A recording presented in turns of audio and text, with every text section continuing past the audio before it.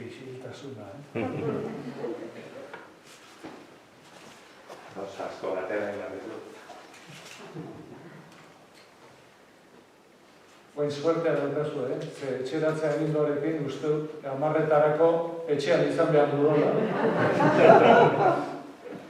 Eta horrek esan edo suertea handia. Bestela normalean 11:30, 12:00 gutxi. Eta Manuel, onda, 12:30. Bueno, atzaldeon, eskerrik asko, Ianer Euskal Etxea etortzagatik. Eta, bueno, ondo dakizuen bezala, gaurkoan Ike Amonarriz, bere iaz idatzitako liburu aurkeztera. Berez, maiatzean egin beharreko ekitaldi bat zen, baina harrapatu gintuen pandemiak, eta esperimentu bat egin duen Ike, Instagrameni, bera etxetik eta nire bai etxetik jakina, egin genduen olako elkarrizketatxo bat Instagramen, eta Instagram irikin dut bere kulpa. Lehenengo aldia ibiltzen zana Instagramen, eta bueno, egin genduen ordubeteko saioa, eta ibil izan jendia begiratzen da hori, baina nahi genduen onak hartzea, Oian Ederrera, eta zuek aukera izatea, zuek danok aukera izatea, liburu horretan islatzen dituen hausnarketen berri izateko, eta bueno, ikusten den bezala, etzan ideia txarra, berriro ekartzea, ezta? Eta, bueno, danok ezautzen dozuek Ike, ez naiz luzatuko bere aurkezpenean,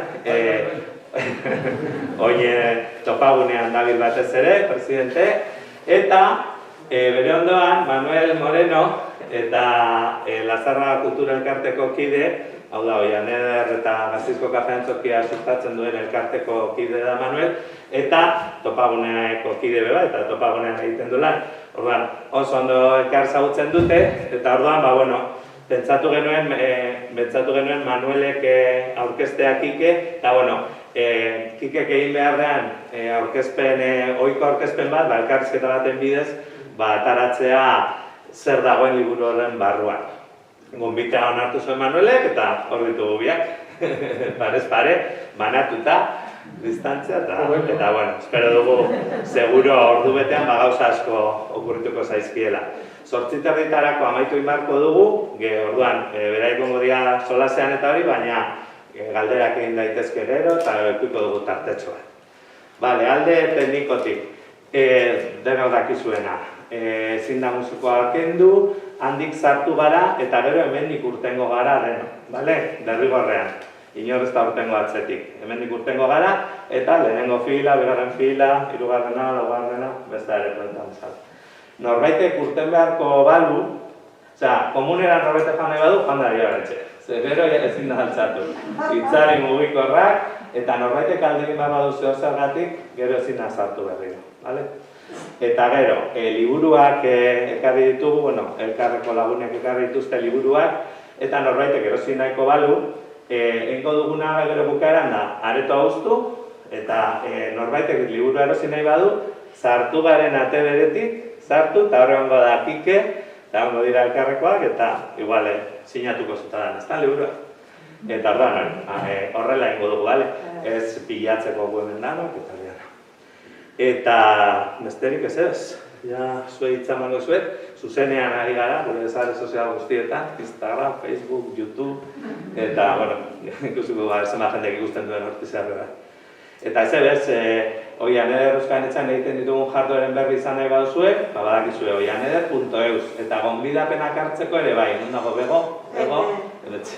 bego, oianeder.eus, agenda. Baina, esan didate, izan dala, ez diagurtuta zegoelako. Oso. Bueno, dena. Orain jarduera guztiak egiten ditugu gonbidapen bidez. Orduan, zeozer interesatzen zaizue, sartu, eta hor beti dago esteka bat, bide plataforma da. Eta beste bi aukera ere badauzkagu, e-mail bat idatzi aldozue, oianeder@oianer.eus, eta eskatu, ez baduzu ibilina gerpata, eta telefonoz ere bai, baina telefonoz 10:00-tik 12:00, bale? Eta badago gure webgunean dago telefonoa, eta deitu, eta, hiru aukera dituzue edo zein gonbidapen hartzeko. Eta listo. Hau zer kontatzen dugute. Eskerrik asko. Bai, eskerrik asko. Entzutena? Bai? Ondo, bai. Bueno, hoxe, Iñakik esan... Orain hobeto, akaso bai. Piztuta hona. Bai, Pentsatzen horrela bai. piztuta zegoen. Bai, bueno, Ainakik esan dagoen moduan, niri egokitu zaite gaur galderak egitea. Bai? Eta ariketa zaila da, lehenengo eginda, seguru urrengo laurak erantzuko dituela, baina, bueno, zera, hori jakina zaila. Azte forma. Aurkezpenarekin hasiko gara, bai, komeni da moduan, baina aurkezpenei baino lehenago galdera. Zematetan entzun duzu ez duzula aurkezpenik merezi? Behin baino gehiagotan. Bueno. Eta gainera, gero jende ditu, ai, barkatu. Baina ez dut beti sinistu. Merezi ez. Nahi gabe izan denik. Ez duzu aurkezpenik merezi. Bueno, merezi dau eta behar da eta egingo dute zeo zerbait. Ia bat, Kike Amonarriz Gorria, Tolosa jaioa, 1960 batean. Bai, ondo. San Jerónimo nukian. Horretu zan jende honda. Zuen esaio bai. Formazio akademiko zer euskal filologoa da, bai, lizentziatua, bai? Gasteizen. Ondo da. Bale, datu gehiago. Euskararen bizi berritzen aldeko hainbat elkarte eta erakundetan jardun duzu, bai? Horien artean Tolosako, gaur egun Tolosa aldeko Galzondi elkartean, Tolosako udaleko euskara zerbitzuan, Ziadekon, Topalaben, gero sartuko gara hortan, bai? Eta gaur egun Galtzaundi berrituan, esango genuke, Tolosa aldeko Galtzaundi euskara elkarte berrituan, eta euskaltzen Topagunean. Eta azken honetan lehendakari presidente. Bai? Bueno, bale. Horrez gain, humor egile ezagutzen dugu, eta arlo horretan, aritua batez ere argi aldizkarian, eta herri-zerreko boloetan ere bai. Horietan bakarka batzutan eta beste batzutan zazpiak batman taldean. Asisko Urmeneta eta Antxono Gaiagarekin batera. Horre, txiste kontalari bide gineneko irudi bakarrak, dia, Jose Ramon Galarraga, Lazkau Txiki, eta irurok hemengo Lasarteko zahardotegia. Orain dela, X eta urte. Zurezako, bai. Bueno, diala, eta honek. Horrez gaintik telebistan aurkezle eta zuzendari be, ezagutu zaitugu, zuzendu inozu programan bat, horien artean, Miluze lehiaketa eta tribuaren berbak, divulgazio zera ikusentzunezkoa, bai? Hor utziko dut, eta ia 4 hamarkadaz, 11 hitzaldi eta dozenaka artikulu idatzita gero, hauxe duzu lehenengo liburu, arlo honetakoa, bai? Euskararen bidegurutzetik. Elkarrek argitaratu da, Ainakik izan dugu, gero erosteko aukera izan duzue, oraindik ez baduzu egin. Eta azal argazki hau ederra, ekaitz zilarmendik egin jakua da, bai? Atxabaltarra bera, ondo, bueno. Ba, hoxe, aurkezpena ez dakit beste zozer gehitzeko dakazu? Oso gustora gelditu nintzen azalarekin. Ondo. Bueno, horrein, zuk.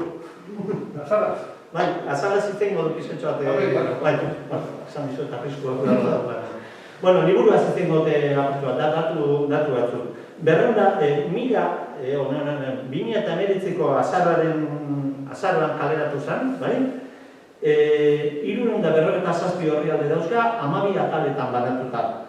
Eta atalen izen batzuk, ideia bat izan zazuen, Euskararen lekua munduan, erabili ala ez, hori da kuestioan, Euskal Herritarron patologia linguistikoak, hausnarketak Euskaraldiaren orbitatik, nolako Euskara eta olako 12 atal, bai? Liburuan bertan, eskerroneko hitzak dauzkazu, nola ez ekaitz zilarrendi argazkiren dako, eta horrez gain Topalabe taldearen dako, eta abizen batzuk aipatzen dituzu, Xabier Mendiguren Victoria, Carmelo Ayesta, Jone Amonarriz, Mikel Irizar, Jose Mendizabal, Iker Martínez de Lagos, Oscar Zapata, Jesus Murua, bai? Horiek zuzenketetan eta irakurketetan eta laguntza eman dizutelako. Bueno, bukatzeko liburuarekin, hauxe, Kikek audio liburuaz. Lan divulgatzailea da, edozein euskaltzalek irakurtzeko modukoa. Bildu ditut neure bizipenak, hausnarketak, irakurritako artikuluetatik eta liburuetatik ataratako ondorioak, modu ari eta entretenigarrian. Hori zu diozu. Eta Garikoz Bikoetxea, Berriako kazetariak, lagunak eta elkartekideak, hauxe dio zure liburuaz. Lortutakoaz eta lortzeko dagoenaz aritzen da liburuan. Lorpenaz, hamarkada hauetan egindako bideari eredugarri iristen diolako, nahiz eta egiteko lan handia dagoen. Hor ikusten du bide gurutzea. Hamarkada hauetan jarritako oinarria, batez ere ezagutzan jarritako zimendua, nola bilakatu aurrera bide. Euskararen erabileran nola eman pauso sendoagoak. Liburu interaktiboa da, irakurlea hausnarketara eta aktivismora bideratu nahi duena. Ondo? Edo? Bai, bastante ondo. Bai, bueno, obsesio bat banetan liburuarekin, eta, bueno, lehendik beste telebistako programetan ere izan duen obsesio bera zan, ez? Eta zan, liburu mamitsu, tribuaren berbak egin genuenean, elkarrizketak duei esaten genien. Tribuaren berbak dauzka, 3 baldintza. Argi, mamitsu eta labur.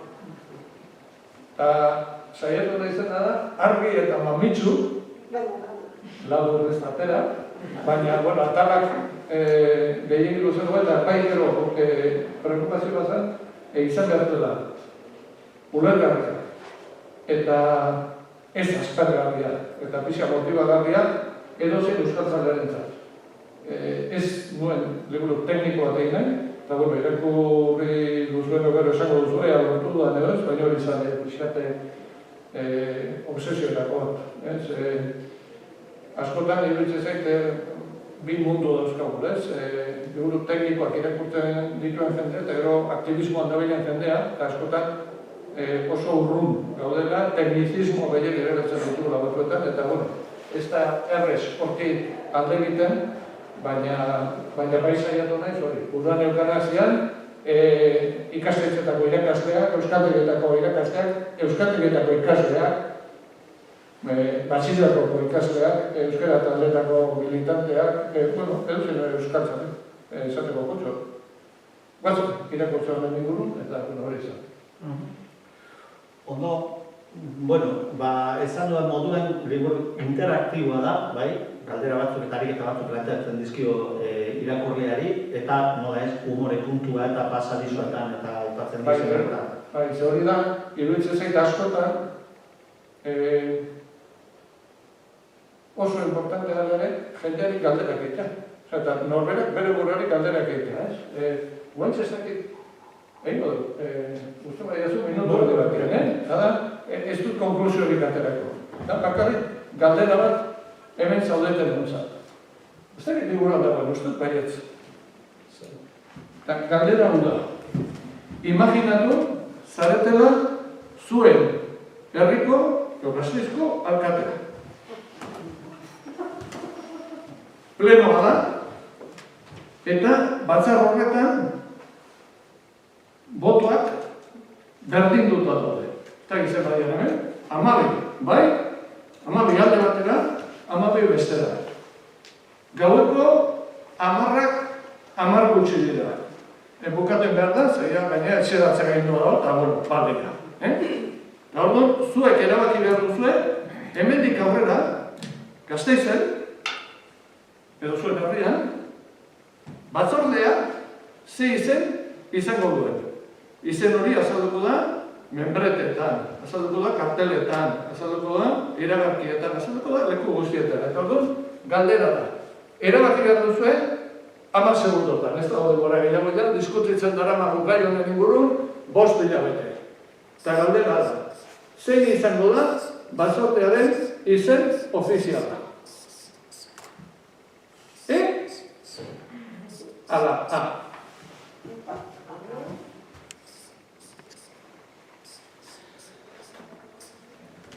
Altxa besoa. Aukeratuko zenuketenak. Altxa besoa.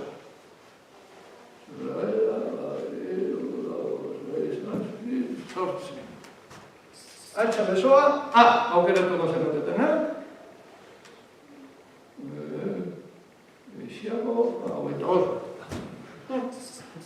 Altxa besoa, me cago en la leche, ezin da.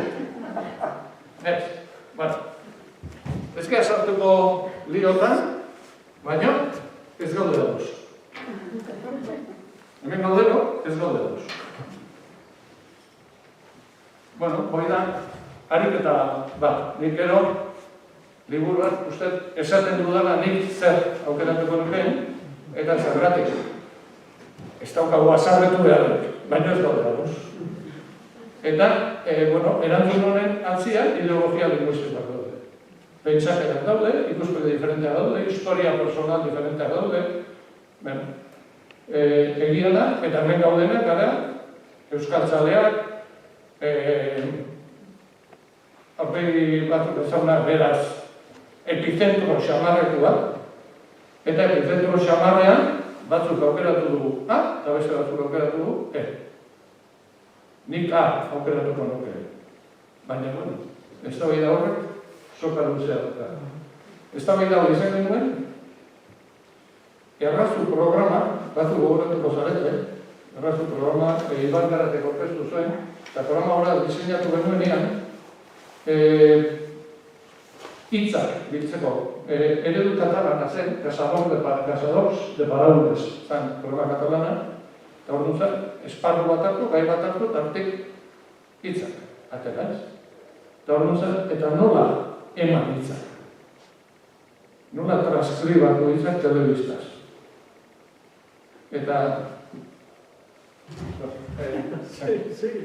Gauzak, adibide bat oso kuriosoa, gerain, eta uste, aramaz, ez da izan, aramazukoa edo atxabaltako horri buruan, emakume batek, halako batean, esan, bida, eo maixek.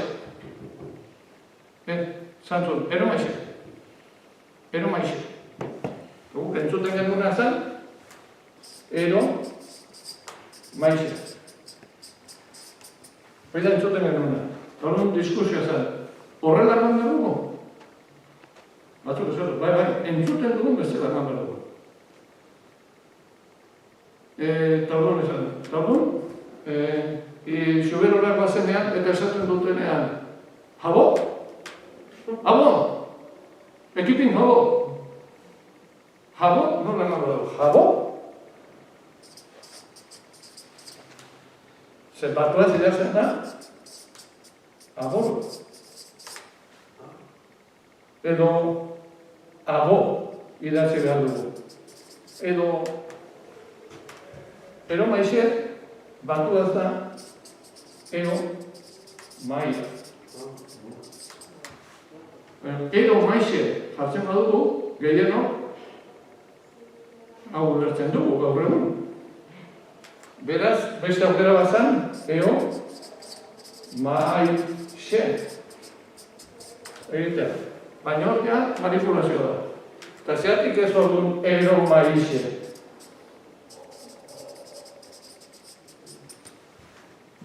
Bueno, horrekin, hile azarretan ginen, benetan.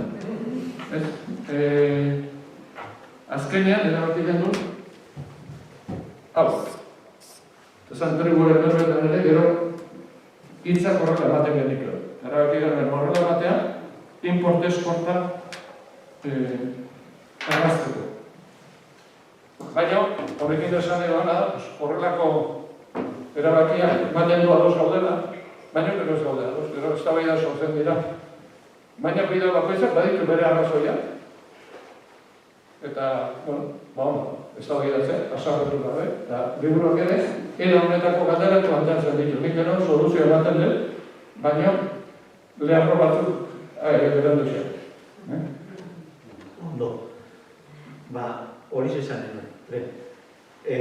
Liburuak hausnarketarako eta tarteak planteatzen dizkiola irakurleari, galderen bidez eta adibide horietako batzuen bitartez, bai?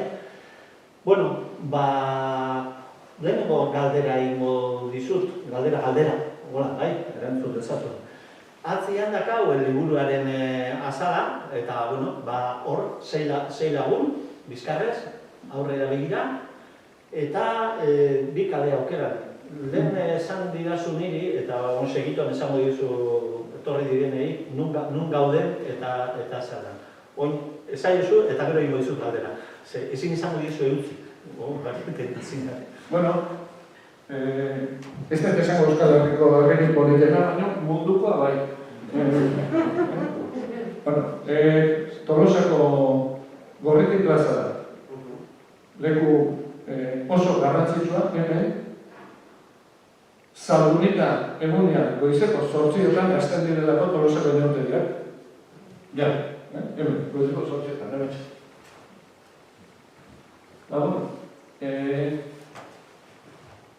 Zergatik kale, iruditzen zidelako euskara geraten bidegurutze esan da, agian mendiko bidegurutze bat operatu genezaken eta oso argazki bukoliko atera, baina iruditzen bidegurutzea batez ere hirietan dagoela. Eta kaleetan dagoela, eta jendearen artean dagoela. Horretik, dago jende bat, adin diferentetakoak, genero diferentetakoak, elkarrekin daudela ematen du, baina ez dakiru denak batera jarretuko duten, zalantzan daude, ezkerretik tira, eskubitik tira, eta, bueno, zeruan, etorkizuna, ostarteak badaude, laino beltzen bat ere bai, bueno, hor gaude. Eta ez dakiru notek tiratuko duten. Eta etorkizuna gordetarako eta ez da ikusten.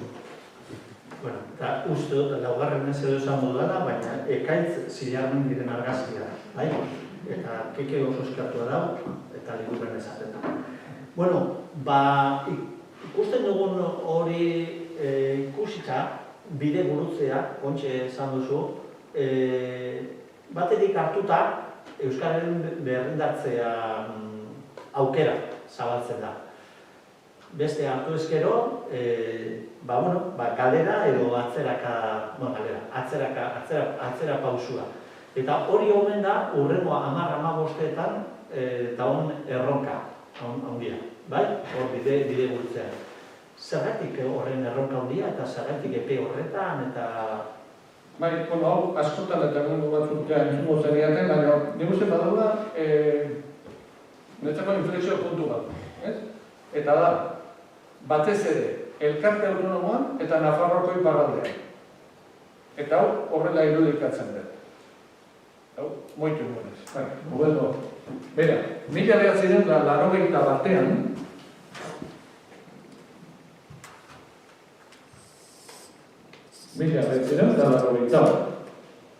elkarte autonomoan, 25 urte azpikoen artean, euskeraz ondo hitz egiten genekienak ginen 19%.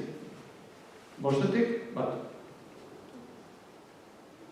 Eta B eta D ereduetan ikasten ari zirenak 120%. Eta hogei usteziala. Hortxe gaitu. 80 batean, eta nik 80 batean diak Gasteiza etortzen ditzen, parrataren batean. Ez da pleistozenoa. Ni hemen ditzen diak. 80 batean, 18 urteko gazte bati, eta baskotan esan dut, galdetu ezkio, haizu bezala, ez esango diazun nunbik batetan universiadera, hemen, erantzun normalena zan, perdona, pero no te entiendo. Hemen, Irunen, Donosti, Sestao, hori zan, erantzun normalena. 1991 bat. Ze bide egin dugu? Hau esplikatzen dut horrela, batzuk ikusitia zuen. 90 batean hemen garen, 120. 90 batean, 125 inguruan. 2000 urtean ja 50-50, horretan, 2000 batean, 2000 eta 2016ko datuetan, 25 urte azpikoetan, elkarte autonomoan, euskeraz hitz egiten dakitenak 190 bat, eta ulertzen duena beste 110 bat. Alegia, ia, iritsi gara partera. D, B eta D ereduko matrikulazio kopuruak ere, hor baitere. Bideo egin dugu. Hemendik?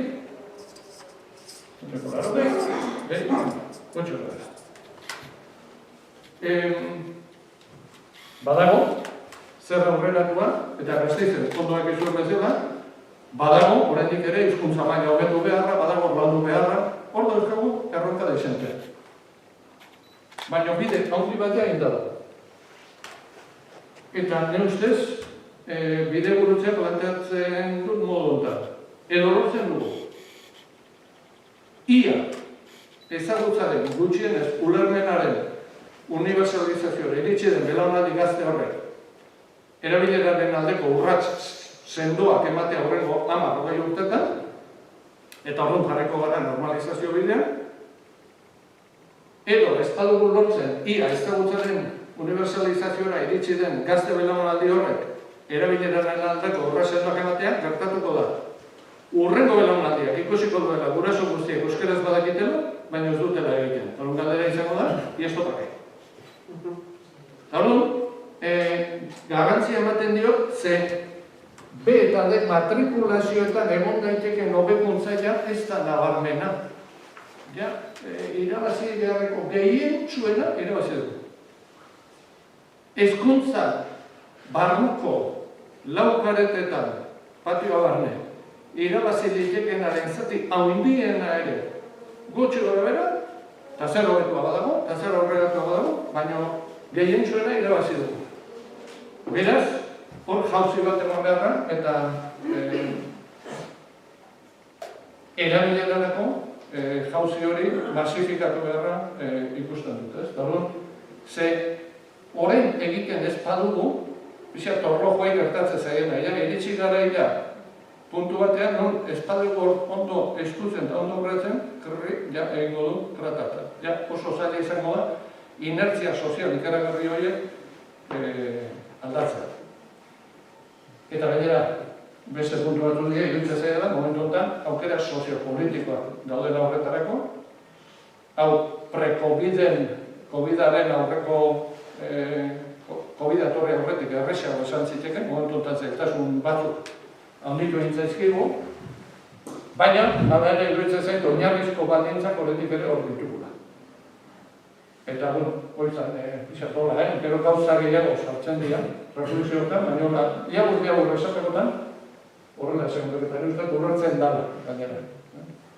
Bai, liburuan aipatzen dituzu, bai, aldaketa soziopolitikoak beste bi motako zera aldaketak ere aipatzen dituzu, globalak eta horiekin batera hizkuntza komunitatean eman diezera. 3 multzo horiek aipatzen dituzu. Ez dakit horietan sakondu nahi duzun, bizkatxo bat edo... Bueno, aldaketa globalak, esate baterako Covidarekin, batera batzuk nabarmendu ez, areagotu dira ikeragarri. Ikusentzunezkoen konsumo esaterako gaur bezian, izan dira kontseiluak eta hizkuntza politikak antolatutako jardunaldi batzuk hizkuntzaren ezagutzaren universalizazioaren inguruan, ez? Horren dia Xabier Landabide eta Maite Asensio, justu elkarrizketa bat izan dute, gazteak, kultur konsumoak, ikusentzunezkoak eta hori aipatzen genuen, ez? Osea, Covidak ekarri duena da, bat-batean, teknologiaren konsumo masibo bat. Eta hor, harrapatu baitu eskaintza oso txikiarekin. Eta egia da, eskaintza hori ere gurean mugatu izango da. Milioi bat euskaldun orain den kontatuta, eta denak kanpokoren batzuk euskaldun duta ere 3 milioi. 3 milioiko merkatu audiovisual bat. Horrek dauzka, bere aukerak eta bere mugak. Guk sekula zata ezingo dugu egin Game of Thrones horako bat, edo, orduan guk hor beste estrategia batzuk jarri bat ditugu martxan. Eta hori esaten bat horren eto globalizazioak erakutsi dizkigu, gauza asko, aurretik ere bakainak dizkiela, Eta, bueno, eta bata da, horrek dut, kontzeptu batzuk deskatalogatu egin zaizkigu. Gu hemen 80 batzuk ikusten zaituzte, nire bezala, eta gure diskurso 80-ak, gure eztabaida 80-ak, zian, elebekartasuna, elebitasuna. Hor, bueno, hartzen dezu bibliografia, gauza, elebitasuna, eztabaida. Eta gu, hor, eztabaidatzen aritu ginen, eztabaida hori bukatzen egin nien, ohartu gehan, gure seme-alabak ez ziala, ez elebakarrak eta ez elebidunak. Jadia, gutxionez elgan dizkunak. Eta gutxionez dakizite hiru, batzuk lau. Hobeto edo garra bat. Tolosan, gazte batzuekin, eta horreko mitero bat denukan, eta alkatu, zuen artean zenbatek ikusi du Merli. Gehien. Eta zenbatek katalanez. Erdik. Ikusita zukaten. Merli, katalanez. Trampa txiki batekin. Aspiratzita dago. Baina ja denek ikasi duten, anfutez, denek egiten. Osea, bat maila badaukate. Hori dela marrute imposiblea zan, imagina ezina zan. De repente gure semea dago, katalanez. Aina. Bueno, hori egin zaigu aldatzen. Eta horrek aldatzen ditu hizkuntzekiko pertzepzioa, hizkuntzekiko jarrerak, aldatzen ditu hizkuntzekiko aurreritziak, aldatzen ditu gauza asko. Nibatzen naiz, eta gure alabat txiketia hundiak dauzkatia, Bilobak ebai, zake hortik kontu batean. Baina, nibatzen naiz alabat gaztena, torri zizean, aita, saku naiz Disneyren gorrian eta ez da euskaraz. Baina, alentzako zen, eta zeatik ez da euskaraz, zeatik ez da Disney euskaraz, eta izan badau. Orduan, mundu hortan izan. Bueno, gehiago jakin edo. Eta hori bide burutze hori, esaten nuen. Hori, bide burutzean jarri gaitu munduko hizkuntzak gehienak, ez euskara bakarrik. Eta baina, fenomeno guzti hori globalak dira. Eta fenomeno guzti hori eragiten dute baita kenduta, neurri txikiago hizkuntza mundial erraldoia, baina Europako estatu hizkuntza ertainak ere oso preokupatuta. Bueno, frantzesa da oso preokupatuta. Frantzesa da ikera harrik eskakuta. La France. Hori liburu nahi batzen den, hau inkesta hori nuen Onjarriko Talaien Institutuan. Itzaldi bat egon dira bat, bueno, gertuago, eta maskari gabe dut. Eta institutotik galdera egiten hain itzala, ikusten nun Hendaiako hondartza. Ikusteko, geografikoki noren, galdera egiten, eta ikusten nun Hendaiako hondartza han. Eta galdera zan. Hoita barra da gazte. Musika gazteen artean, eta gure artean daukan garrantziarekin, musika. Eta galdera zan. Ezagutzen ditu, Frantzia, momentu ondan, arrakasta daukaten, bi musika talde, bi. Galdetu nun bi, ze bat banekin ezagutzen zuten. Batek, altxasun eskua. Hogeita marretik, ondarrenean, Hendaia ikusten dut da. Eta esatezu, ostra, la France, la grandeur de la France. Jesortzi, Mirage, la leche. Eta Frantzia ez da kapaz bere musikarekin 5 metro pasatzeko mugatik. Ez da, gai 5 metro barrura egiteko.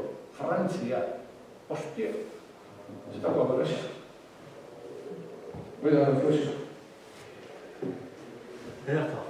Bueno, esan dudan moduan, aipatzen dituzun hiru aldaketa multzo globala soziopolitiko eta hizkuntza komunitatearenak liburuan daude garatu dago. Bale, joan gara beste nonora. Asesinatzen da esaten dut.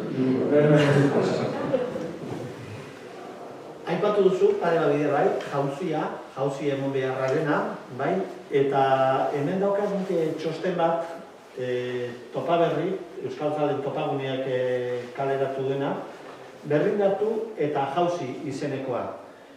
Hemen zaudeten batzuek, gehienok ezpada, duela 5 urte, hemen bertan, beste areto baten, Betolazan, aurkeztu genuen honen aurrekoa, berrikasi eta berrikusi, bai? Eta txosten bi hauen atzean aditu. Bai, txosten hauen atzean aditu talde badago Topalabe izenekoa. Zer da Topalabe? Zer egosten da hor? Bueno, Topalabe da 2012an sortu zen talde bat, Topaguneak kongresua egin zuen, bi zatitan egin zuen, 2011 eta 2012, eta kongresu hartan, hartutako erabakietakoa zen, gogoeta talde bat sortzea, batez ere ikuspegi estrategikoa lantzeko. Askotan erakundeetan gertatzen da, daude egunerokoan eta ez dago falta da pixkat ikuspegi, arnaz luzeagoko ikuspegia eta eguneroko problematikarien lotua ez dela.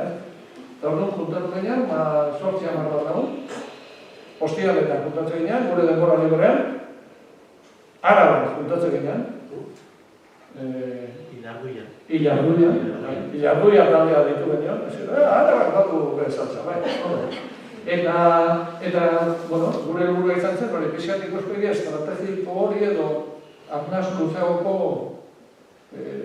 estrategia hori lantzea, ez? Lehenengo txostena izan zen, berrikasi eta berrikusi. Orduan, egin genuena zen, eta hori pixkat kontatzen dut hor, bizi berritze prozesu modernoaren nolabaiteko irakurketa kritikoa, gure argi eta ilunekin, eta gero aurrera begira, pixkat ze palanka ikusten genituen, nahi zuzen ere, bide gurutze honetatik atera ahal izateko, ez?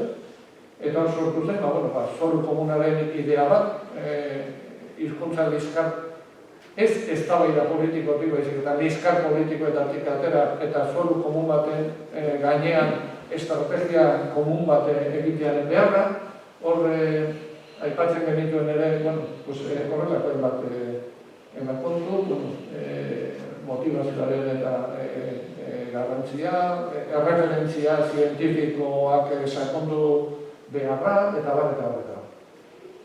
Eta gero, ura getaratu genuen, haren aurkezpen asko entzien, argizarbe, eragile soziopolitikoekin eta euskalgintzarekin ere konpartitu genituen antzeuden hausnarketak, eta egia esan uste baino, harrera hobea izan zuten, eta esan edezake, beste faktore askorekin batera ere, bultzatu zutela, segurazio, azken urteetan ikusi ditugun aldaketa batzuetan ere, izan zuela bere erabila, ez?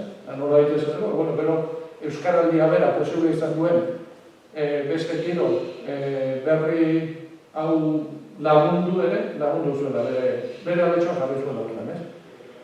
Eta horrein dela 3 bat urte do, jarraitu genuen biltzen, eta orduan, oso krezuena baina Sarrasoak ekarri zion galdera, eta zen, pizkate irakurketa hau eginda, galdera zen.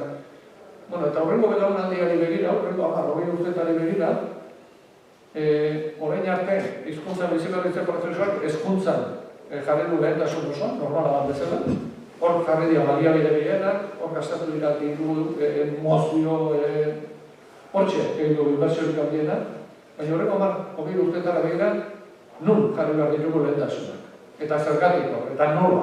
Eta, horrein erantzunak ematen saiatu gara txosen honetan. Laburtzeko, esango dudana da, hor eskematxo bat egin genuen, eskematxo hori, hementxe da, marrazki batiak, baina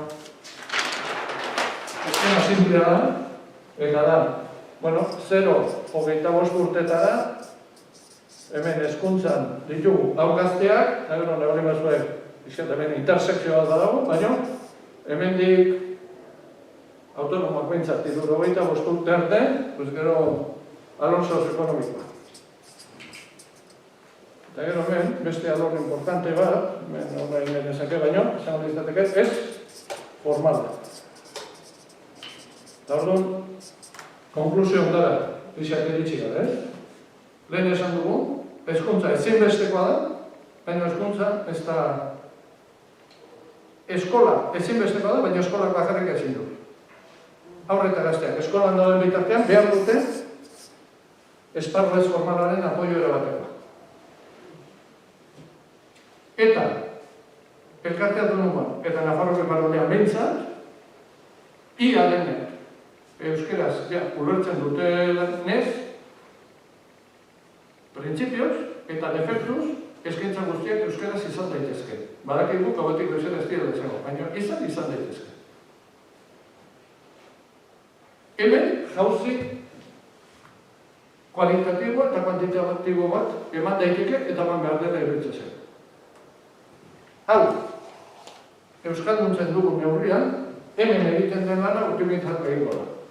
Apur jau ez badi badao, hemengo lana mugatu da. Eskola, bakarrik ezin du gira egiten. Eta bigarren planteamendua zen, zertarako aritu gara eta ari dira haur eta gazteak euskaraz ikasten, zertarako egin dugu inbertsio ikeragarri hau, kapital humanoa, kapital ekonomikoa, kapital emozionala, gero, hemendik atzera, eta lana gutxienez euskaraz ere ezingo bali baute. Hori da. Orduan, hemen ere, jauzi kualitatibo eta kuantitatibo eman beharra ikusten. Hori da, pixkat, jaur esan da, hemen da dena. Gero irtean izango dituzue. Aldeak hartzeko moduan, gero ikusko duzuek izia planteamendu hori ikuspegi sistemikoan integratzen dugu, hor badaude bestelako aportazio batzu, baina hola esan diteke. Ondo, Kike.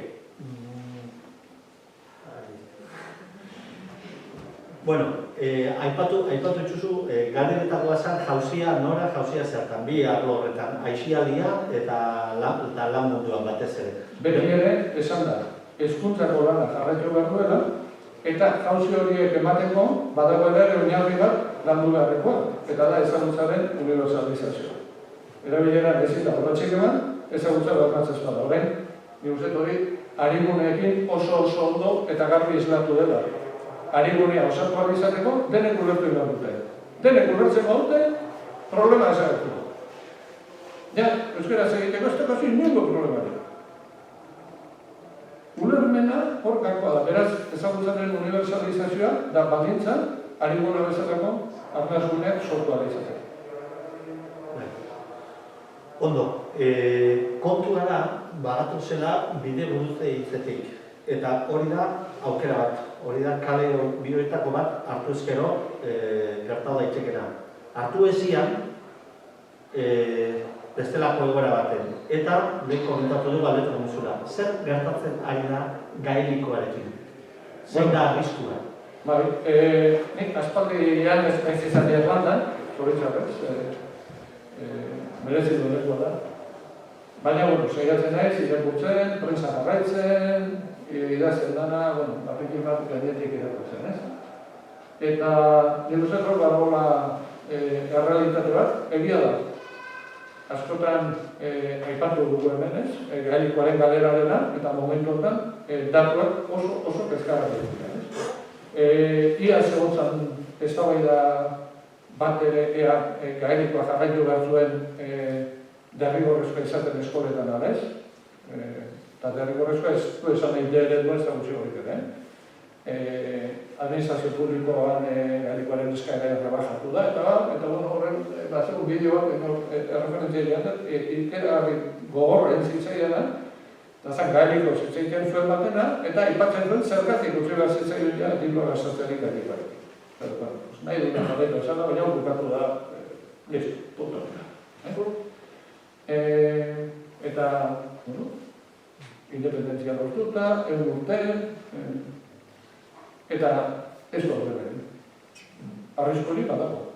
Gerora, azaldu dira beste baditugu, eredu batzuk nun, independentzia edo botere politiko handia lortuta, hizkuntzaren normalizazioa lortu den, eta eredu deixente daude munduan zehar, baina gero baditugu bestelako kasu batzuk ere, eta hori importantea iruditzezek, guretzako, oso importantea da jarraitzea kasu gurearen antzan izan dezaketen horiek, ez? Azken bola botan, eta ez nahi segure izan, baina ea suertea dago, eta nesperi joaten garen, Zelanda berriaren kasua. Eta sartu interneten, jarraitu bizkat, Twitterren, oso kasu interesantea da, Imanol Minet, topauneko kide bertan izan zen, berrian atera zuen artikulu bat, eta orduan atera zuen, esaten zuen, bueno, Maori eradun aktiboak, kalkulatzen zuen behar, 300.000 dago. Eta denera ulertzeko moduan zianak edo, 150.000 azte honetan, iritsi naiz estadistika batzuetara, nun, esaten zuten Maori, behar izan dituzten, Maori aldianak eta espiak, nola esateko, Maori aldianak eta zuriak, edo beltzak, edo asiak aldianak. Maorien artean, Maori eraz egiteko gai direnak, diak 120 ez dira. Eta gero beste eren batek ulertzen du, ulertu hori badakizue, oso malgua dela. Momentotan gai dira, errekuperazio politikak aurrean baten, eta hauteskundeak berriro ere jazinda Adernek irabazitut, gaina, pentsa zezona daukan mundu baina, jazinda Adernek gutxienez, bere alaba jaio zanean, publikoki esan zuen, bilizen jarri zizkion, bate inglesio eta beste Maori, eta esan zuen, berak publikoki adierazten zuela, bermatuko zuela bere alaba elebiduna izatea. Maori eta inglesa jakingo zuela. Baina ez da elektoralean, baina ondien hauteskundetan, ez da desinten dira. Zeleku, Maoria eskoletan noraino, zeba laguntza, oso ez da potentiak. Eta sekulako zalapartak zentzu honean sortu du, jazinta Adernek hauteskunde gauean bere garaipen elektoral ospatzen atera zenean, lehenengo 30 segunduak Maori eraz egin izan. 30 segundu. Hemen, Euskal Herrian, buruzagi politiko bat atera eta 30 segundu egiten bali maitu euskeraz, egurra datokioak eusketatik. Bani izan zen, lehenengo aldian, lehen ministro batek, horrelako gau batean, Maori era erabiltzen zuela. Antipodetan daude, baina oso bertu. Eta, de repente, nezako ere berria izan zen, eta eskobritu honon, berria, urtiko etxeari ezker, Bielorrusiaren kasua. Bielorrusian, guk entzuten dugu Bielorrusoa, eta ematen dugu Ruso-Bielorrusio, pues igual txoa izango, ez? Ba ez da igual txoa. Familia lingüistiko bereko aldia, baina bi hizkuntza diferenteak dira, eta oso diferenteak. Guen Nafarroa, una espezializatzen eta guen Nafarroa. Estatu independiente bada, baina Nafarroa. Orduan, uste interesantia zegula, eredu diferenteak, segero badaukagu Kanada, guretzat oso eredu interesantea, badaukagu Finlandia, guretzat oso eredu interesantea, baina, baitugu, Lituania, Letonian, hor ja, ez da gehiago sortuko lirateke, segurazki, aplikatzen ari dien eredu lingüistikoak egokiak diren, ez diren.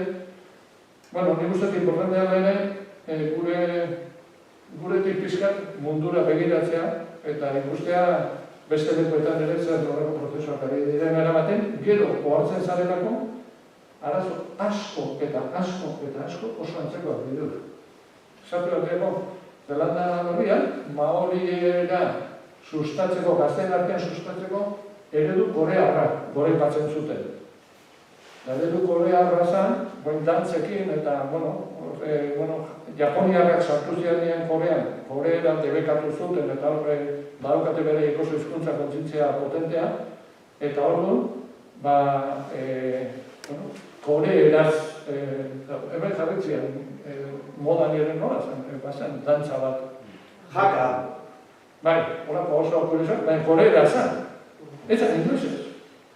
Eta haiek egia fijatzen, Koreeraz ari dira, gazteako, Koreako gazteak. Eta jontzo, nire ere pasatzitzean datuak. Baina agian horre ere badaukago beste eredu interesantua. Ederto, bagoaz, eta denbora ere bagoa. Bai. Kontutxoa, zango dut tartia. Txostenen aipatzen dizen gauza batzuekin bukatzeko, eta urrua tal batera pasatzeko. Aipatu duzu ez dakit idatzita edo, helburu desiragarri moduan topalana aipatu da, Euskara UNESCOen egoera zaurgarrian dauden hizkuntzen zerrendatik ataratzea litzakela hurrengo belaunaldiarendako helburu desiragarri, lorgarri, euskarria eta kasu motibagarri, ezta? Hori apurtxo bat argiago azaltzea, helburu hori beste itzela. Bueno, bai, begira, horren ingurun eztabaida handiak izan genituen, ez? Eta zer buru? Guk gauzi bat emateko planteatzen dugu, eta zer buru gabe. Eta helburua jartzerakoan, kontua ez da, helburua jartzen dugu eta listo, ez. Txosten honen helburua eragitea da. Eta gainera, eragitea soziopolitikoki eragitea. Eta alderdietan eragitea, eta erakundeetan eragitea, eta Euskal erakundeetan pixat eragitea, eta plantamendu hau bultzatzea.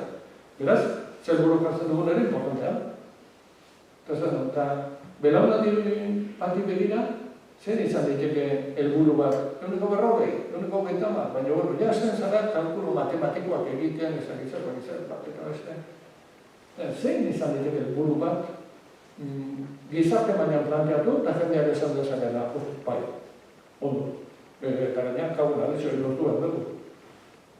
Eta buelta askotan ondoren, zer jotxo, UNESCO-ren zerrendan, euskara oraindik arrisku egoten dago. Helburua izan diteke hortik ateratzea. Eta horrela planteatuta, segurazki oso zaila zailo inori kontra gertzea. Zezaten badezu 40, batek esan, berroi asko da, eta beste esan, 40. Zezaten zu, asko edo gutxi da, asko, ordu gutxi da. Zezaten gutxik, ez ordu asko da. Baina hau da, eta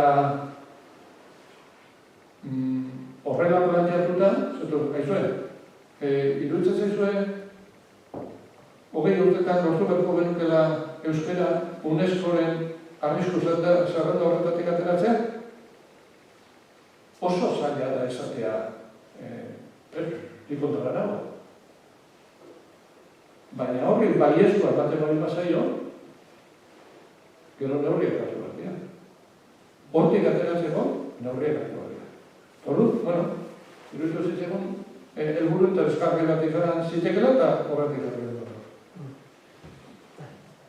Eta helburu ere, hortik zikoa. Ederto, aurrera ingo du, bai. Neurriak hartu beharko lirateke, bai, neurriak hartzen ari dira. Neurrien artean gizarteen aktibazioa da, eta erabileran aurrera pausoak ematea. Eta horretarako asmatu dugun, azkena Euskaraldia izenekoa, bai? Eta, atetan dugu, hilaren 20an hasiko da, eta 15 egunez, ariketa kolektiboa egingo du. Zure hitz batzuk hartu ditut, aste hontako argien aldetik. Ia, kokatzeko balio dute, ez da beste nunbaitetik. Euskaraldia formatu berria da, ahula ere bai, oraindik gorpuztu eta sendotu behar du. Ez lioke batere honik egingo, menpekotasunak, ez da ere konfrontazioak. Euskaraldia izango du bederatzean barru, izen ematea zabali dago, hor bertan dago Josu Gasteizko koordinatzailea izena hartzen. Zer da Euskaraldia? Zergatik da importantea? Nik uste dut Euskaraldia berrikuntza asko ekarri ditu. Ekarri ditu eta formatu berri bat esaten duanean da, formatu berri bat Euskaraldian eta formatu berri bat zango dut Europa mailan. Ez dut uste horrelako ariketa sozial masiborik inun egin denik modu honetan. Zer dauka berritik? Dauka asko. Dauka diskurso berritzaile bat. Oso inklusiboa, oso irekia, esango nuke ilusionagarria eta jendearentzako eroso egiten dena. Progresibitate bat adierazten du. Euskal Herri osoa hartzen du. Elkarlan era askotako elkarlanean oinarrituta dago. Administrazio diferentetako erakundeak. Erakundeak eta Euskalgintza eta bestelako gizarte eragileak eta guzti hauekin herritarrak.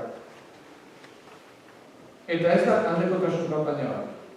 Hemen, jendeari, esan dugu, ez hau da, egitea. Muinera goaz. Eta gainera egitea da oso modu zabalean. Ulermenetik hasita, era bateko konpromiso baino. Eta gainera bergo aurretik erreflexio bat. Pentsatu egin da. Eta gainera, normalakoen esparrua, ja, hauten, esparru egituratuekin. Egin dugu, gustatu dugu. Eta esparru egituratu behitan, sartzen dira, denda txiki batetik, erakundetara. Irutez ez guzti hori, eta esan duen guzti hori da, sekulako komplejidadea duen zaren montaje bat dela, eta gainera lortu dela, gero ariketa oso egingarri, simple, baina eraginkorra bihurtzea. Iruditzen zen guzti hori, baldintza guzti hori betetzen dituen, oso elementu gutxi ditugu Euskal Herria. Parekoena, horreka izan diteke.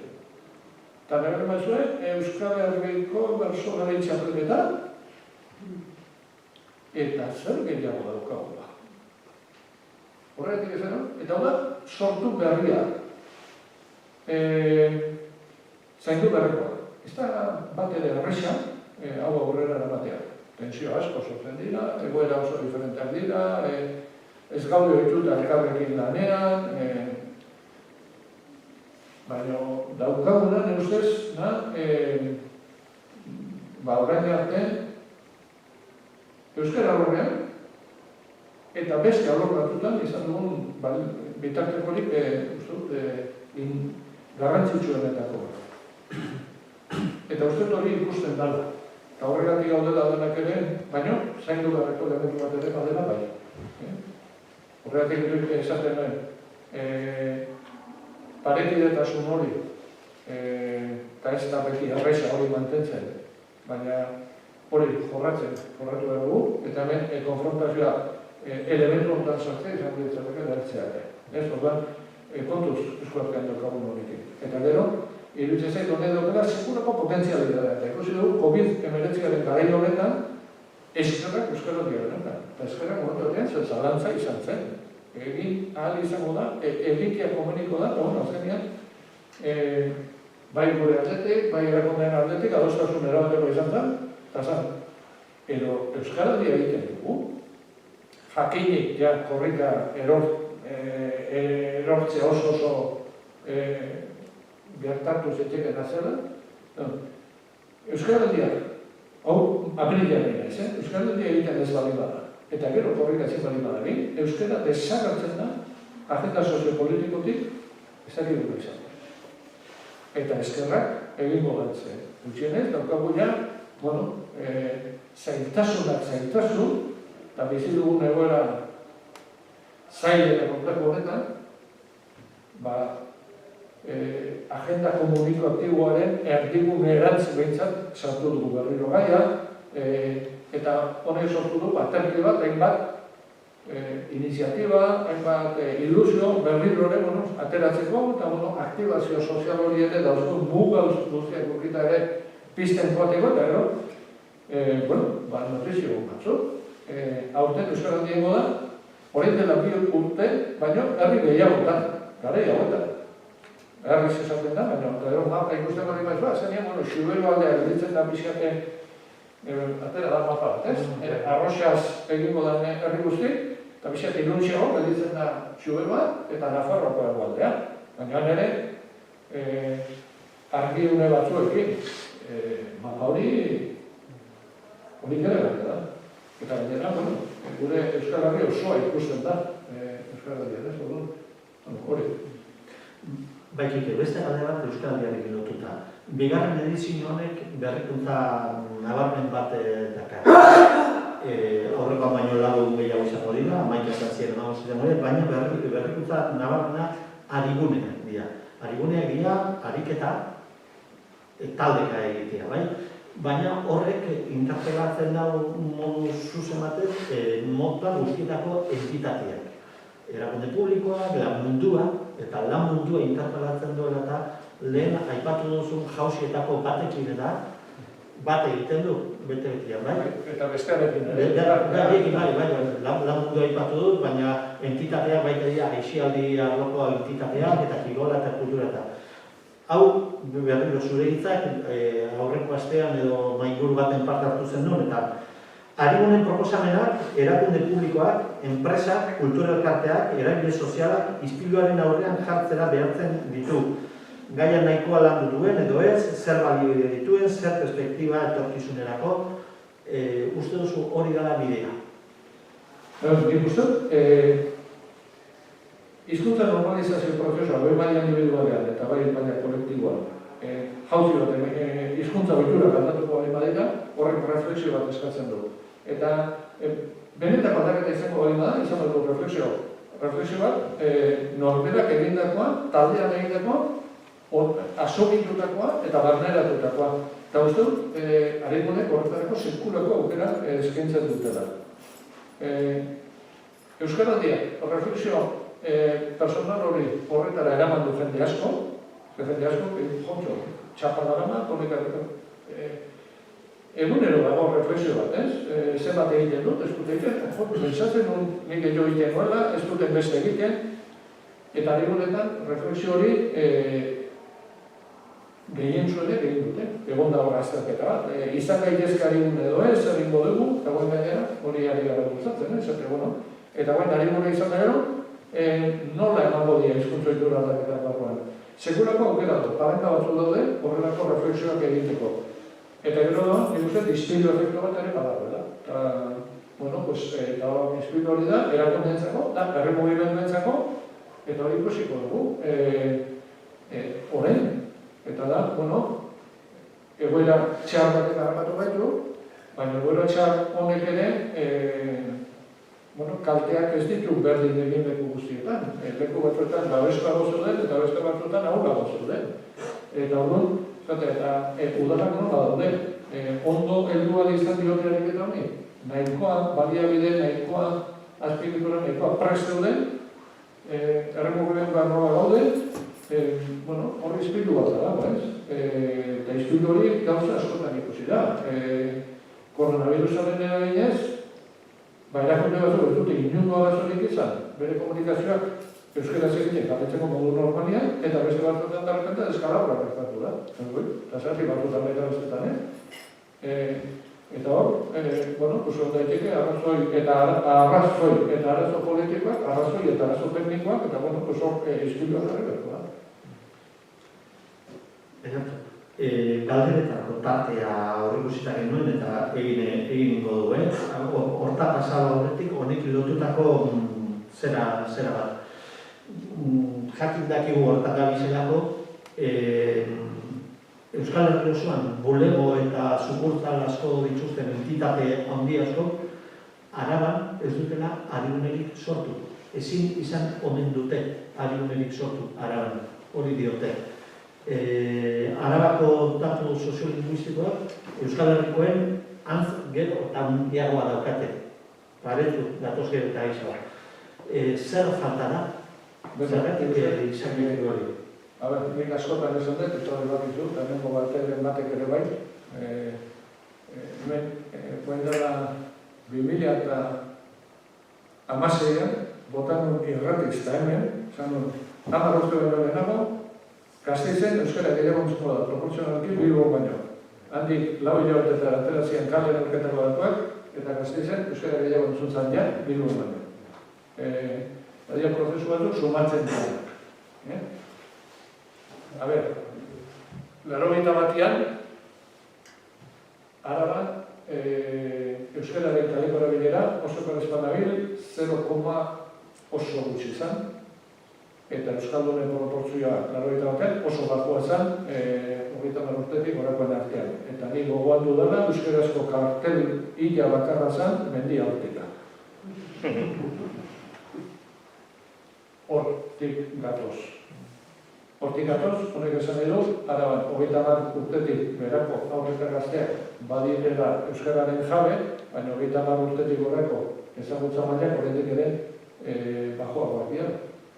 Orduan, enpresa handietan, hariguneak sortzeko arazo gehiago izatea hemen, normala da. Uste, Josu zegoen bilera batian, azaldu zara gaina, Arigunen eta Josu zegoen bizkat, larrituta, eskariguneak, jode, baina Gasteizen eskariguneak, ezingo ditugu, eta Ariguneak Gasteizen sortuko dira, albidenak. Punto. Egoera dan bezalakoa da.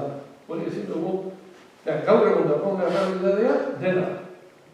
Eta Gasteizek ematen bali badu, hogei Arigunetarako, hogei Arigunetarako ematen du. Horrentela hogei urte, zuen emango bakar baterako ere. Ematen bali badu berreunerako, hogei. Eta emango du berreunerako. Hor kontua da, hori ikuspegi progresibo batetik begiratzea. Proportzionalki, Tolosaldean, eta Tolosaldean. Hitz egiten dudanean, Tolosaldean esaten dudana da, bekauen aletxe, Tolosaldean, edo lortzen dugu, eta sartzen dute urola, eta sartzen ditut beste pare bat baiara, edo hemen lortzen dugu, edo Gasteizen ezingo dute lortu. Alegia, herri bakoitzak eta espazio bakoitzak jakin behar du errealitate soziolinguistikotan dagoen eta errealitate soziolinguistiko horretan zer egin daiteken eta zer dago. Nik alde horretatik ez nintzateke...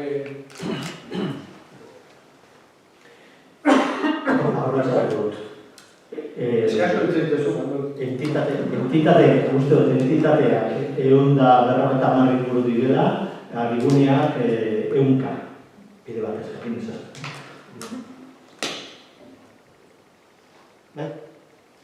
Bai, gire.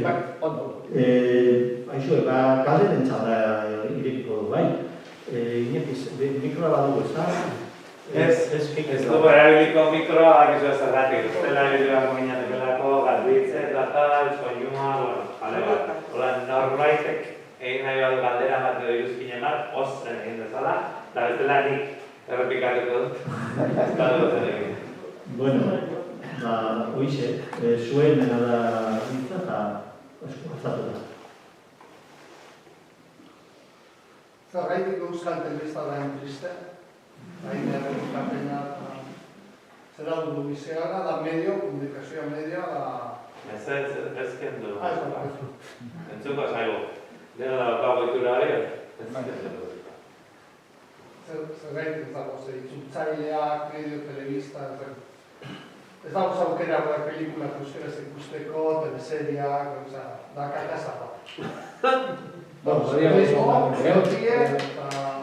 Daramate Doraemon emoten ez dakit, eta marrute. Bai umentzat, bai duentzat. Ez dago zentzurik. Arraintzitzuena, telebiste. Horre, telebistaren inguruan, gauza edar askoak ere badaude, eta horiek ikusi, mesedez. Hori ere esan behar dugu, ETB-ren inguruan, horren dela bi urte, ETB-ren berrikuntza edo eraldaketa lantzen ari zen parlamentuko ponentziatik eskatu ziaten txosten bat, prestatu duen txosten bat, eta zan ETB-ren etorkizuna soziolinguistikaren tabairatik. Horren laburpentsua hor sartu dut. Egiten duen planteamendua zen, oraingo ETB-ren ereduak erantzuten diola sortu zeneko egoera soziolinguistikoan. Eta orduan, baina ez da ikusatuko, baina iruditetek erabaki ona izan zela bilkate blindatu sortzea, bestela erdera nagusi izango zen kate bakarra sortuko zen. Eta hor zegoen jokua. Orduan, ETB bat euskera hutsez, egin zen blindatzeko euskarazko kate bat. Baina hori da, 82ko egoera soziolinguistikoa, non euskaldun eguneko 25, eta sekulako arriskua zegoen kate bakar elebidun bat egiteko. Eta kate bakar elebiduna, zan, gero prensa elebidunarekin, gertatu zen gauza bera, eta bat. Baina ez gaude 81, ez gaude eguneko gazteak, gazte euskaldunak eguneko 20 ziren egoera batean. Gaude, gazte euskaldunak hartzaile potentzialak eguneko 80 diren egoera batean. Eta eredu ez da. Hare gehiago, karrera egin du. Eta hori da planteatzen genuena, eta planteatzen jarraitzen duguna, eta da, EITB behar duela, eraldaketa linguistiko sakon bat, erantzungo diona gaur egungo egoera soziolinguistikoari, eta hemen egin dugun planteamendu honetan, bezala, eta Euskaraldiaren planteamenduari jarraiki, hau eta Gaztei zuzenduriko eskaintza guztia euskaraz egingo duena, euskarazko katea lehenetsiko duena, euskarazko katean programazio osotu bat izango duena goizetik gauera, orain arte honestena, eta zenbait produkto euskara hutsaz egingo dituena. Eta gero, bikoiztu edo astidatzi. Esatu baterako seriak. Ez dago dirurik, kare batean bazeko dirua, eta kompetentziatzen hain handia, eta egoera soziolinguistikoetan egiten ziren serio batzuk euskaraz eta beste batzuk erderaz. Ez dago modurik horretarako. Seriak egin ahal izango dira bat edo bi. Horiek euskaraz egin daitezela, eta gero bikoiztu. Itzuliak dire, bai, seriak, ez dire egin da. Gauza bada, zukitzuliak ez da, zuzeriak. Baina ez dago nire esku, Zu, hau komentatzen, da oso garrantzitsua. Baina, bueno, ez da bai da, egia da, ez da bai da hor dagoela, aurrera pauso batzuk eman dira. Adibidez, ETB-iruen, ez dakite dago, pitir kaltzarra daga, eta nela, onten dure egunero. Azte buruetan, bakar dago txerrendularitza, eta esku pilota, oin pandemian, onderen moten, partio bindere dago zaman urteko. Pasado. Bai, hor, ala ere, dago gauza bat,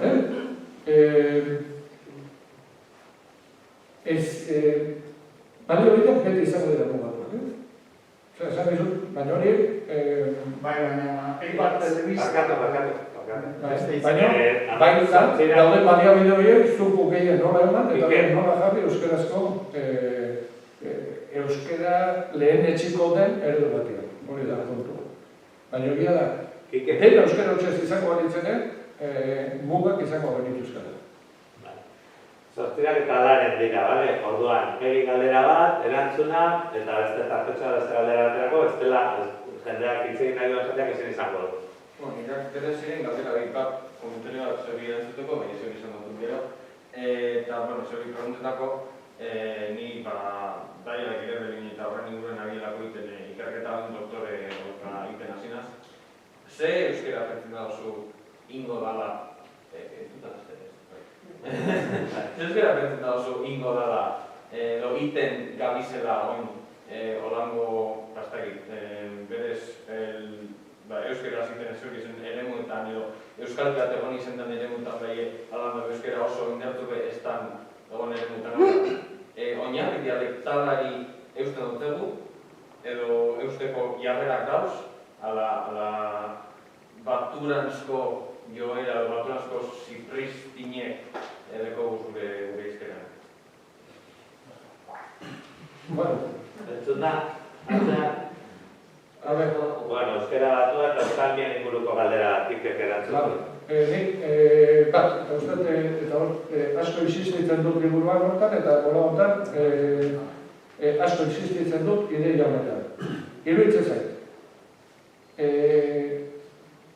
Ez genukela gehiago itzendea, euskalkieri buruz, baizik eta tokian tokiko izkerei buruz. Eta bi mapa. Bonaparteren mapa eta Euskaraldiak ulermenean oinarriturik kaleratu zuen mapa Aztikarrek. Hau hemen ezigarren mendea da, eta hau da 2008. Netzako datu, eta hau Araban gertatu zen, data historiko bat, Euskararen historiak markatu beharko litzatekena.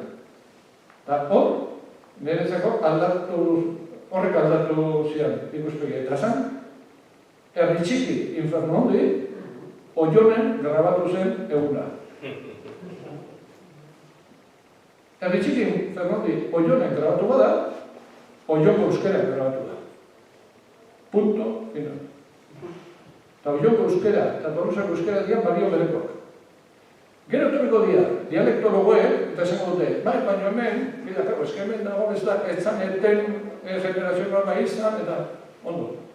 Eta iruditzezek, oso importantea da, Gasteiz bezalako eremuetan, eta hemen askotan aipatu izan dut, eremu euskera 19. Mendea baino lehen galdu zuten eremuetako euskera, prestigiatzea, autoestimu linguistikoa lantzea. Eta belaunaldi gaztei esatea, mikauan aletxeak, zuek euskera zeitea, kristona da, kriston lorpen soziala da. Egun zaitezte, arro. Artikuloa diatzen duna espaldi eta titulua zen, nik euskeraz hola itxegiten dut, eta zuri ze. Uste dut, errebendikazio hori, oinarri euskara. Zebestela, gertatzen ari zaigu, momentu honetan, ez hemendik urrutik dauden unibertsitate fakultateetan, de repente, 19. Mendeko mapa horrek, bereizten dituela, euskaraz egiten dutenak eta egiten ez dutenak. Zergatik?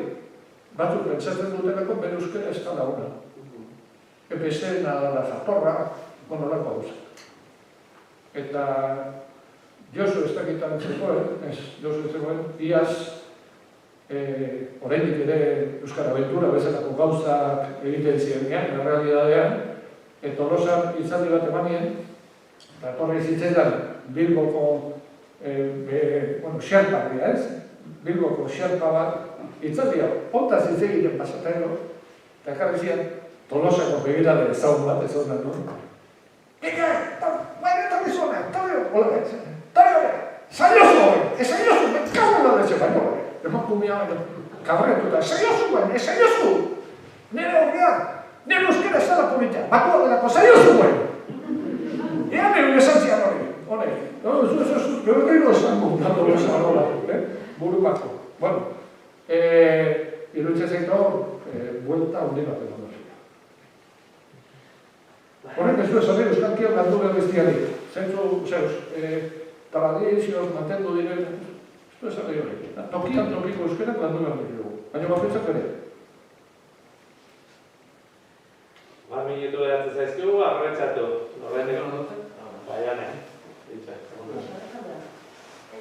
Ez da nire dago, baina oso interesgarri egitu zitzaidan. Aurreko batean bisita gidatu bat egin genuen euskaraz, Iban Zalduarekin, Arabako Arkeologia Museoan. Eta berak esan zidan, zuk esan duzu COVID-ak arazoak ekarri dituela, eta hala krisi bat da dago. Baina berak esan zigun, berak hitz hauek esan zizkigun, COVID-a ere aukera da. Zergatik? Bederatzi, momentuetan 10 pertsonako taldeak, edo orain 6 pertsonako taldeak egin daitezkeelako eta betetzen direlako. Eta erakundeetako zenbait arduradunei hori da inporta zaiena. Betetzen diren edo ez. Berdin da 6 edo 30. Orduan, COVID-a aukera ematen du. Eta oso refleksio interesgarri egitu zitzaia. Zer iruditzen zen? Bai, bala bat. Eskarrik anitz. Kike, mikroa hartu. Bai. Ez ez mikroa hartu, eskuko mikroa. Bai, ez. Begira, nik eman dizut zera bat zentzu horretan. Oion epatu dugu horrein. Bueno, gu hemen gaudela, Oionen, momentu honetan, antzesten ari da, Euskaraldiak lotutako txor-txor izeneko bakarrizketa humoretsua. Egoeran organizatu baten, izan balitz, seguramente, hango antolatzailek oso eskateta gongo lirateke, ia aldameneko herritatik etorriko da jendea, ia arretua beteko dugun eta horrebestean. Zuk esan duzu nintetik, seguramente, lasai gongo dira jakinda, oiongoa baino ezin dira dagoen, eta arretua betetzea arazoa litzatekeela, eta hobeto gehiegi ez betetzea. Bueno, bai, arrazoia du Iban Zalduek, zentzu horretan, eta, zera, horrekin konformatuko gara, bai. Arrazoia emango dugu orain montan, ez da dira prozedenta izan, Zerik, iruzkinik, alderarik, desadostasunik. Bai, Ez dakik guan nire preguntan nolango ez dakit edo prejuizio impliziturik egondan, baina endegon gure hori esan hau da, Oionen, oin dala berrotan, euskera espada egon, normal oin, partu beraz, dan abalako gizkera nitea, eta bakoitzak, beran lekuko, beran herriko edo beran hausoko izkeran egitea. Nik gure nuen esan da, ia euskalki tradizional bat, esan daigun, mantendu izen dubien herrietan, ikusten osun, euskaraldian ondorioz, edo euskaran aldeko mugimenduen ondorioz, ia baturanzko joera ideologiko bat dauen, edo holanko zeuko. Nik ez dugu a ber, egia da hori ez da jorratzen Euskal Herrian, da euskaraz egin, eta Neurtzen dut bakarra da euskara bai, ala ez? bai, hori ez da batua bai, edo euskalkia bai, edo tokian tokiko euskara bai, edo ez da bai da hori, horrengoz ez da sartu. Lehen esapaliko autori izan da, bai badagoelako, esango nuke, azken urte hauetan egon da pixat batuarekiko horretako retxazoko era bat, edo batez ere belaunaldi gazteetan. Eta uste dut da retxazo gaizki ulertu bat, baina bestalde, eta ni tokian tokiko euskara lantzaren aldeko nez, baina ikuspegi zabal batetik, eta gero, iruditzen zait, ikuspegi nazionala galdu bat. Eta hau esaten dut, ni telebista programak egin ditu danean, ni puñeta bat nunkan. Nekon puñeta ikera gara. Nik baitu laun xilotarrak, baitu laun bizkitarrak, arabaren bate bai.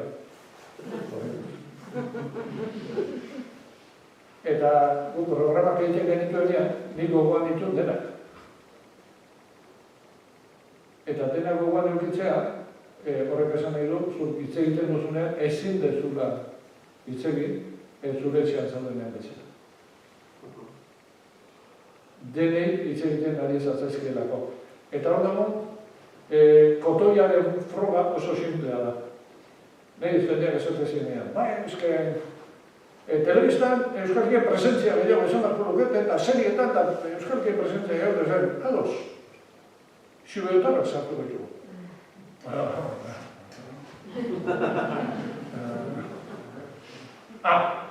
Horren zertaz ari gara. Ez gara ari euskalkiak sartu behar dira, baizik eta euskalki konkretu batu sartu behar dira. Hori beste gauza da. Eta gainera, zango nuke, mugaz onuntzako euskalkiak sartu behar dira. Beste gauza bat eta zari gara. Orduan, reflexio hauek ere, ondorio sakonak dauzkate. Eta niretzat momentu honetan, hizkuntza komunitate gisa dago, erronkarik handienetako bat, muga da. Muga, gero eta handiago da. Hau, behin, bentsa erretiro hartu du, Pantzo irigoienek egin genuen montaje txiki bat genuen, dio. Pantzeri gabe ere egin genuen montaje txoat, eta ere baigorri gara, eta esatzen zian bia. Kike, guk sekulako harremana izan dugu beti bastanekin. Baigorri bastan, beti, sekulako harremana. Mugaz zabaldu zuten dute. Hor bukatu zen harremana. Edo asko gutxitu zen. Eta hori entzutan eutelako, joan ginen Elizondona programa batean, eta aldetu benion Elizondon jendeari ea muga pasatzen zuen edo ez, eta gero baigorrerak ginen, eta Elizondon erdik erantzun ziguten ez zutela muga pasatzen. Ez? Euskarrote. Ez gazteizen, galdetu, Tolosako gazte hipereuskaltzan, zenbat aldiz dian iparraldean, zer ezagutzen duten iparraldetik, ze harreman izan duten iparraldeko gaztekin, eta erantzuna izango da, ikera gara. Hizkuntza komunitate bat, herri bat, esaten dugu, baina hori praktikan, eta hori, nire zuk egin duzun galderak baditu gero, konnotazio egiten, ez? Hori guztian, eta ni banaiz tokian tokiko euskera lantzearen alde, baina oso ikustu egin gero kontrabandista zabian ez. Adon, ondarrutek zehozera harrapa daiteke, harrapa, atrapa, egan adetxea. Eta oionen zehozer ikasten ari bat du, eraman etxea. Zer gaur egun du, oiongo euskera, tafaliako euskera, eta Baionako euskerak ez dira berdinak. Eta tokion tokiko euskera aspaldi galdu zen Iruretan, baina ez dira berdinak. Dialektologoek hori ere ikertu beharko dute. Oso ondo, ia, 8:30. Nintzak azkeneko. Bota, azkena. Inaz Bizkaiko kostaldukoa. Tania ia ez da entzuten euskeraz. Getxo, Lioan, Sopelan, behin dela 30 urte, entzuten zen bilo, Herri bakoitzan, 15, 20 entzuten euskeraz. Eta pasada aldera entziz. No, La Guardia era, edo Esguarnara, entzuten euskeraz. Bizkaitarra dugu lotza itxen duteko, eta emeko, errotarrak, lotza bat ez. Nik zuk esan duzuna lehen, nik nabaleten nabaren, dela 22 dute, nintortzen nintzen honak, azteizera jarra botatzera, eta duten nintzen gaueko 10 guzera arte, euskeraz. Eta hori, zaiatzea bakarrik Bilbon, ostia. Zinezkoa, borronka de euskeraz. Zinezkoa. Oin dela 25 urte Bilbo ditze egite euskera zen, zinezkoa. Eta gaur egun, Zuzoz Betzora, edo Sopelara, Mungiera, zuen giro sobre euskaldun. Eta gaur egun, galduta. Niretzat euskera dago, hilzorian, total. Eta karo, populazioa dago, gehizen bat Bizkaia. Bai, egia da, ondala... Zuero parran ez dago tal populazioa. Hanez. Bizkaia, bai. Erdi baino gehiago dira Bizkaitarrak. Eta, bastartzen badugu Bizkaitarrak, txartakoz. Ni super harpen nago, zenoan La Guardia, Eskuernara, entzuten dut euskeraz. Eta hemen dago zerdenda, komertzio, eta gauzeak, euskalduna. Eta hori ez duzu topatzen ez Bilbon, Ez Bilbon, ia Bermeon ez, ia Bermeon ez zuten euskeraz. Gizen badalan aztelan. Ez ez hor nago, arazo... Claro, Bermeo parratzen badire, Pilo, eta Barrile. Eta hor badaude, egia da, badiala oso prozesu kontrajarria euskararia. Momentuan, badia leku batzutan non irabazten ari garen, beste leku batzutan galera dago, oso prozesu... Getxoena da, txarrogean. Bai, ez zauzen dut bizkat eta bai. Bueno, hola, tatu pozgarri batekin behintzat bukatzeko, egia da, Gasteizen prozesu hori erabaten nahi dela, eta gureak esate baterako, ni Tolosa gonez, hau atenuante da, bizita.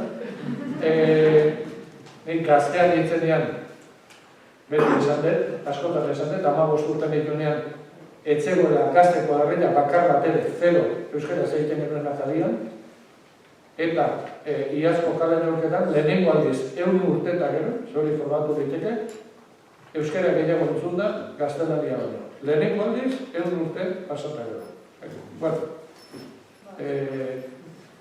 Vale, gauzatxo bat, gaur liburu baten aurkezpena zan, euskararen bideo burutzetik, hor dago Zalda, etorri dira elkarko lagunak, Kike, arrazoi bat liburua erosteko. Jakingo duzu ez, zein den asesino. Bigarren bat. Bueno, nik uste, gai guzti hauen inguruan, informazioa lortzeko, osnatzeko, zuen buruari galderak egiteko, momentu batzuetan divertitzeko, eta aktibaziorako arrazoiak lortzeko, batzuk lortzeko dituzuela. Eta gero, zuen impresioak, ekarpenak, bizipenak, kritikak, bialdu nahi baldin baizkian zuen, emaila bertan dago. Baina, bestela ez dizoten dago.